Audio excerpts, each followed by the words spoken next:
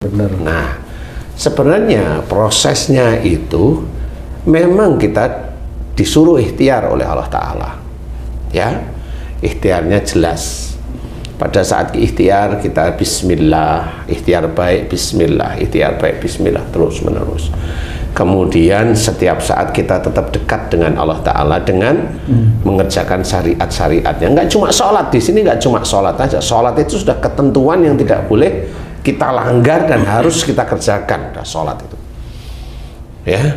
Kadang kita khusyuk, kadang kita itu kalau ada masalah yang sulit ya kita kurang khusyuk, tapi itu harus dikerjakan apapun bentuknya. Nah, proses kalau Allah menentukan ini saya belum menjawab ya, ini saya belum menjawab. Ini baru kita ceritakan ke banyak hal. Jangan hanya titik bercerita yang apa contohnya, nggak dikasih tahu contohnya. Jangan bercerita seperti kita contoh mamanya orang-orang non muslim. Betul. Langsung ke orang-orang non muslim. Bagaimana dia tahu besok dia itu masuk surga atau masuk neraka kalau Allah sudah menentukan? Kan dia nggak bisa jawab. Jawabnya apa? Lo kan sudah banyak syiar Islam. Nah, kan? Apa yang dikatakan? Yang ngomong sudah benar lah, sudah banyak syiar Islam. Tetapi kenapa dia tidak mau ngikutin?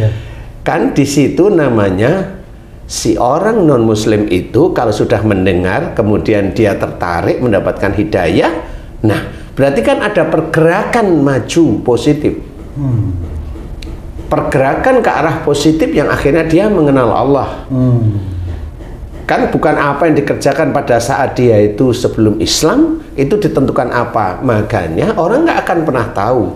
Nah, inilah yang menjadi blunder banyak yang tidak diketahui.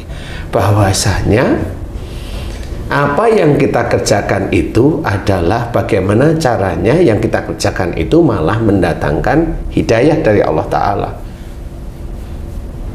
Itu harus kita ketahui dulu. Jadi orang itu hanya bercerita tentang teori, tidak mengetahui tentang teori. Teorinya gimana? Begini loh sebenarnya. Ini jawaban dari saya gini loh. Kalau seseorang itu non muslim, kemudian dia sudah banyak dengar cerita tentang Islam, kalau dia tidak mau menjalankan, dia tidak mau ini, dia malah menjelek-jelekan atau dia nanti akan mendapatkan sesuatu darinya. Nah, pada saat dia tidak mau, pada saat dia menjelekkan, ini dia memprogram apa yang dia lakukan. Nah, titik itu Allah itu nanti akan memberikan takdir pada orang itu. Kalau orang itu bekerja dengan gigih walaupun dia non muslim, nah, saya bilang non muslim dulu lah ya. Walaupun dia non muslim tetapi dia gigih, ada kejujuran, ada nabung, ada tidak tidak membuang-buang uang, ada ini. Kemudian dia selalu hormat dengan pimpinan. Lah orang yang seperti ini kan sudah masuk tahap-tahap yang baik sebenarnya. Yang itu sudah diceritakan oleh Allah Ta'ala dalam Quran, wa fis sama'i rizqukum wa ma tu'adun. Di langit ada jalan rezekimu dan apa yang dijanjikan Allah kepadamu. Nah, di langit ada jalan rezeki untuk orang-orang yang non muslim ini. Kalau dia innahum kanu qabla dzalika musinin, sesungguhnya mereka di dunia selalu berbuat baik. Allah tidak melihat sebenarnya. Makanya di sini kalau dia berbuat baik, ya nilai dia itu akan diberikan, walaupun nanti kebaikan hadiah dari Allah berupa harta, berupa jabatan, berupa apa, ya ini menjadi ujian dia juga lagi. Ini yang non Islam nih, yang Islam sama sebenarnya. Nah, yang harus diketahui adalah Allah itu akan melihat setiap step perubahan-perubahan dari manusia. Mau dia perubahannya menjadi buruk atau mau menjadi baik, itu step itu akan dilihat oleh Allah Ta'ala dengan raqib dan atid yang selalu mencatat, dan itu dicatat setiap hari dan dilaporkan kepada Allah Ta'ala. Raqib nanti akan mencatat gimana Allah itu memberikan ujian beberapa waktu berikutnya. Itu adalah ujiannya adalah nikmat Atid nanti mencatat keburukan orang itu, di mana ujiannya besok berupa musibah. Apa gunanya rokib sama atid kalau Allah sudah menentukan? Lah, kan itu untuk dicatat nanti di neraka. Lah. Oh, gitu. Kan gitu. Nah, di titik inilah orang banyak blunder, belum tahu. Oke, saya tambahin satu lagi. Kenapa saya bisa berstatement seperti itu? Sebenarnya dikuatkan oleh salah satu ayat dalam Quran. Innallaha la yughayyiru ma biqaumin hatta yughayyiru ma bi anfusihim. Ayat ini menunjukkan bahwa sesungguhnya Allah tidak merubah nasib suatu kaum, loh, kan jelas. Sehingga kaum tersebut merubahnya. Berarti Allah itu mengajarkan kepada kita itu untuk merubah. Baik itu perubahan itu yang baik, maupun dia mau berubah jadi jelek, Allah itu nanti akan merubah.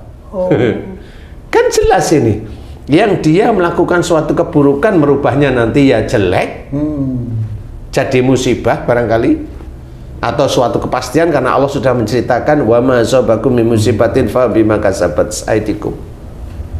Apa saja musibah yang kau terima dari perbuatan tanganmu sendiri. Nah, ini yang jelek ini nanti dapatnya musibah. Lah, dari titik inilah sebenarnya Allah itu mentakdirkan setelah orang ini bergerak menuju apa yang dia kerjakan. Tidak bisa nanti Allah menulis orang ini masuk surga yang dia belum pernah kerjain. Loh kok enak sekali kan gitu ya. Tidak bisa. Makanya Allah itu yang ada dalam Lauh Mahfuz itu ada ditulis dalam Quran. Makanya kenapa Allah selalu mengajarkan selalu berbuat baik. Kan disuruh. Makanya ditulis oleh Allah Ta'ala, orang-orang yang senantiasa berbuat baik itu rezekinya akan diberi oleh Allah Ta'ala. Loh, kan sebenarnya ini Allah sih mengajarkan bahwa orang itu disuruh melakukan suatu kebaikan agar nanti dia mendapatkan takdir-takdir yang menurut dia enak, rizki yang enak. Kan jelas ini ayatnya. Mana ini yang teka-teki yang nggak muncul? Enggak, ini sudah jelas. Sudah sangat jelas. Jadi kalau ingin menerima takdirnya atau rezeki yang baik dari Allah Ta'ala, ya berbuat baik setiap harinya. Kan jelas. Masa orang berbuat baik ibadah tiba-tiba dibunuh, kan gitu? Gak mungkin Allah itu akan berbuat zalim pada hambanya yang memang hambanya itu betul-betul taat. Nggak mungkin. Kecuali keadaan perang, wallahu a'lam ya. Ini sehari-hari ya. Kan nggak bisa seperti itu. Nah, ini harus ketahui bahwa takdir itu sebenarnya ngikutin perjalanan orang. Itu takdir. Nah, ini tadi saya ceritain dalam surat Az-Zariyat. Bagaimana seseorang ingin mendapatkan rezeki? Dijelaskan oleh Allah Ta'ala, ya, wafis sama iriskukum. Di langit ada jalan rezekimu, di langit. Sesuatu yang dirahasiakan oleh Allah Ta'ala itu langit. Oh, maksudnya itu Pak Ustadz. Iya, ada rezekimu, ada jalan rezekimu. Bagaimana cara rezeki itu dapat? Diceritakan sebelumnya, innahum kanu qabla dzalika muhsinin, sesungguhnya mereka di dunia selalu berbuat kebaikan. Rahasia, tapi kisi-kisinya dikasih. Ya, memang betul. Gitu, rahasia itu kamu nggak akan tahu rezekimu yang seperti apa kamu dapat. Tapi Allah memberitahu kisi-kisinya. Kalau kamu berbuat baik, insya Allah rezekinya juga baik.